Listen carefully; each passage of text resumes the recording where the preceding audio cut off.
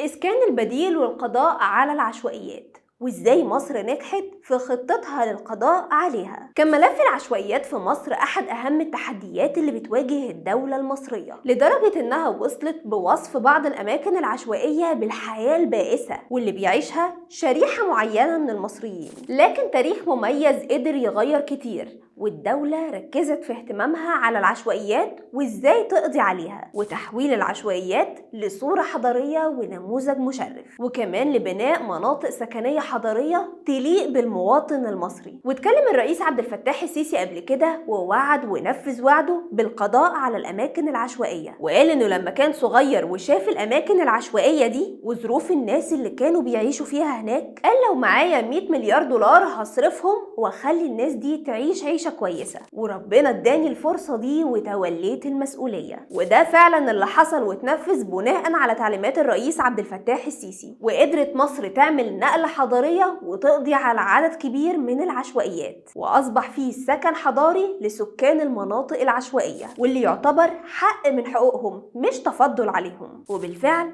اتحقق حلم الرئيس عبد الفتاح السيسي من خلال بناء مدن حضرية مزودة بكل الخدمات والمرافق، واللي اتحولت من حالة يأس لحياة كريمة بمفهومها الكامل. وقررت الدولة تخصيص ميزانية بالمليارات للقضاء على العشوائيات، وبلغت عدد المناطق اللي تم تطويرها ل 357 منطقة في 25 محافظة بواقع 246 ألف وحدة سكنية، وكل ده بتكلفة 63 مليار جنيه. وتنوعت التطويرات باختلاف المحافظات، ومن بينهم القاهرة والجيزة واسكندرية وبورسعيد والوادي الجديد وأسوان والبحيرة وجنوب أسوان والمنيا ودمياط وغيرهم كتير. وعلى حسب خطة القضاء على العشوائيات، من المفترض إن مصر تنتهي من الأسواق العشوائية والمناطق الغير آدمية سنة 2030. والأسواق العشوائية دي واخدة مساحة كبيرة جدا وبتبلغ 1105 سوق، وبتشمل 306 ألف وحدة بيع، وبتبلغ تكلفة تطويرها 44 مليار جنيه. والأماكن العشوائية اللي تم استبدالها مش بس بوحدات سكنية، دي كمان ترفيهية وتجارية وسياحية، ومساحات خضراء وأماكن انتظار السيارات، وكمان أماكن مخصصة للمشاة. وكان من أهم المشروعات للقضاء على العشوائيات مشروع تل العقارب، واللي بدأ في سنة 2017، وكانت المنطقة دي معروف عنها إنها من أخطر المناطق العشوائية في مصر، وكانت عبارة عن عشش معمولة على تبة ترابية، واللي طبعا بتهدد حياة سكانها. المنطقة دي تم استبدالها وأقاموا منطقة سكنية آدمية بإنشاء 816 وحدة سكنية و198 وحدة تجارية.